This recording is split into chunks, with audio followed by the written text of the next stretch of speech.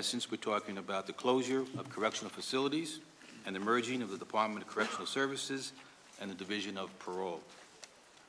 The executive budget proposal recognizes excessive capacity in the prison system of at least 3,500 beds. In an executive order issued today, the governor has created a prison closure advisory task force comprised of experts and legislators to recommend the closure of specific facilities. The task force will recommend the closure of a or more than one specific minimum or medium security facility after it has engaged the community and received input from a variety of stakeholders. Governor Cuomo also recognizes the potential impact closure will have on communities that have come to rely on prisons as a major employer and economic driver. That is why he is the first governor in modern times to couple closure with state financial assistance to the host prison communities by proposing up to $10 million per location for economic development to those very communities. As Chart 1 will show, we have dropped 21% in inmate population since 1999. This is the reason for the ability of us to consider the closing of prisons. As Chart 2 will show, since the late 2008, even after DOCS has closed 5 correctional facilities and 6 annexes and removed from the locator, the system, almost 2,500 beds, we still have a number of vacant beds in housing units throughout the system. To assist the task force, this agency will provide a detailed overview of the system, indicating what our core responsibilities and legal mandates require, as indicated in Chart 3. At the same time, the task force will consider factors related to the cost of operations, capital investment needs, impact on the workforce, and other critical elements. The executive budget, by merging the Department of Correctional Services, DOCS, and Division of Parole into a new entity to be called the Department of Corrections and Community Supervision. As Chart 4 will indicate, the plan recognizes the need for a seamless coordination of programs and services for offenders before, during, and after prison in order to increase the chances of everyone's successful reintegration, thereby enhancing public safety.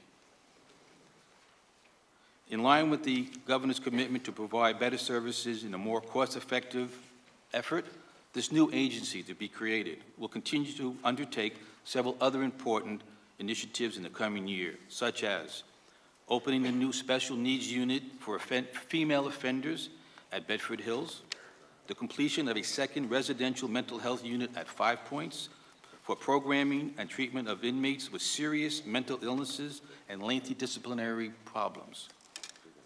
Also, the completion of a centralized automated pharmacy to be located on the grounds of Midstate, but operated by the Marcy Correctional Facility, who will deliver at a cost savings medication to all the state prisoners, and hopefully within a year or two be able to provide the same services to county jails.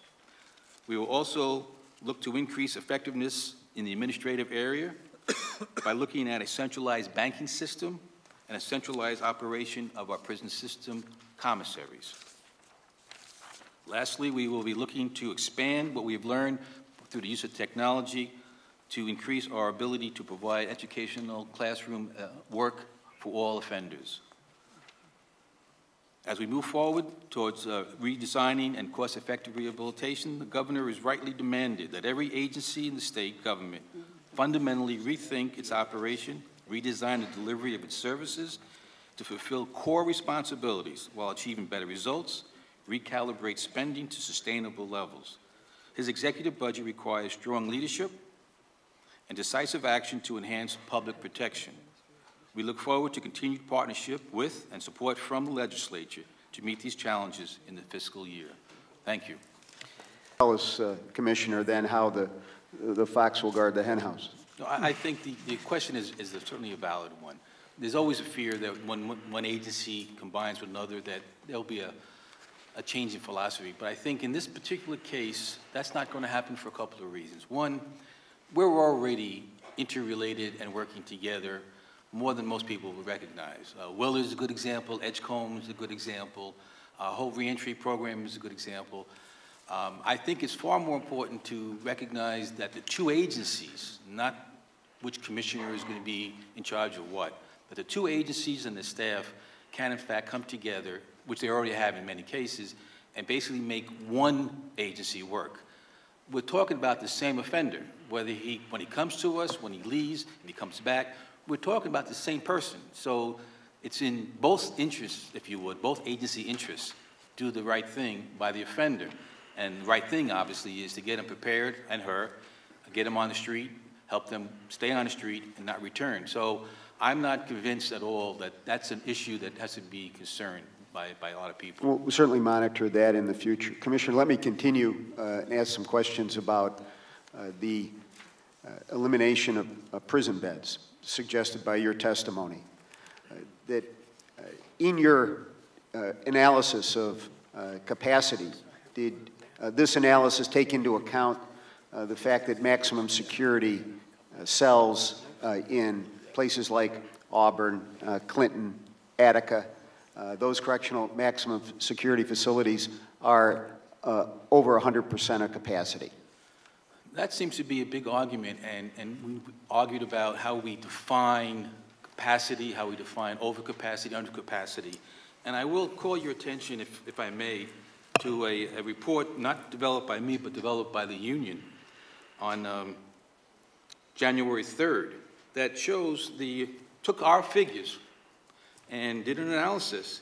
And if you look at their analysis, and the old issue has to be whether the general confinement beds versus all the other beds. But regardless of how you want to define it, their report alone clearly indicates that for all facilities, max, medium, minimum, there were 59,000 and plus general confinement beds and 51,500 general confinement offenders in those beds. We are not overcrowded. I know the argument that we should not have a second offender in a cell built for two. We would agree, but we've been doing it for 15, 20 years without a problem. SCOC, State Commission on Correction, reviews it. It is not what we'd like, but it does work. It is safe. The historical data supports that.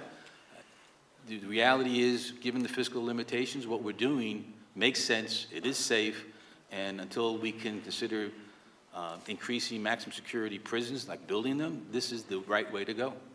We're going to look at all aspects. The centralizing a commissary, centralizing our banking system will allow us to consider whether we can reduce administrative costs, including staff. Most of this will occur as we move forward. But I would like to go back to your very first comment. I think it's a valid one in terms of are we just looking to close facilities or whatnot? I think the answer in the task force is going to look at it. We're talking about what do we do with the excess beds.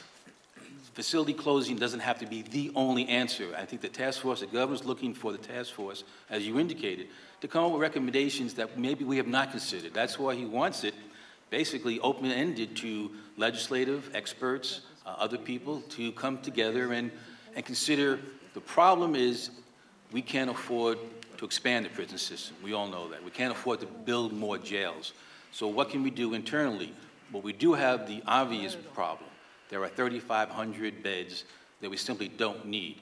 We are currently maintaining them. The question now becomes, is there a better way of managing our system and, in fact, reducing the 3,500 beds and the costs associated with those beds? One last question, Commissioner. The issue of administrative costs. Will you, before the task force begins deliberations, specify exactly what administrative costs you are recommending? As you said, a certain percentage across the board, elimination of employees. Dr.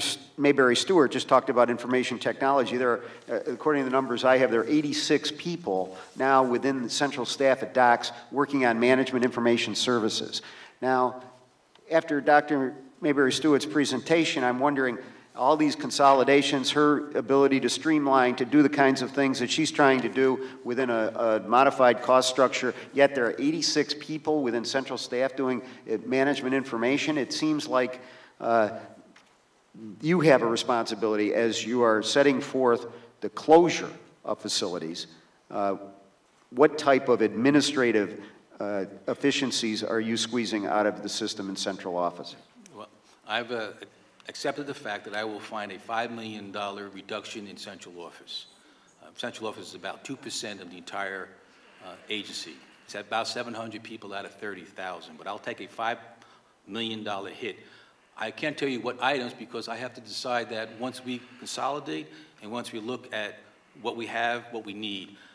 That's why technology will help, but I will argue this. I know it seems like a lot of people, but correctional services, IT shops, if you would, are the backbone of all the information that everybody wants to know about the offenders, their status, their information, their reentry needs.